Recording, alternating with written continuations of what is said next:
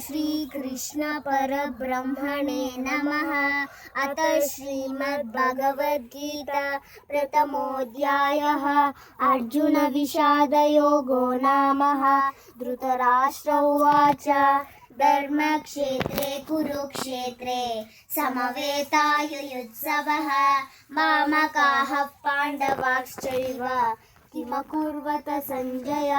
सञ्जय उवाच दृष्ट्वा तु पाण्डवानीकं व्यूढं दुर्योधनस्तदा आचार्यमुपसंगम्य राजा वचनमब्रवीत् पश्चैतां पाण्डुपुत्राणाम् आचार्यमहतीं चमूं कायेन वाचा मनसेन्द्रियैव बुद्ध्यात्मना मा प्रकृते स्वभाव करोमि यद्य सकलं परस्मै श्रीमन्नारायणायेति समर्पयामि।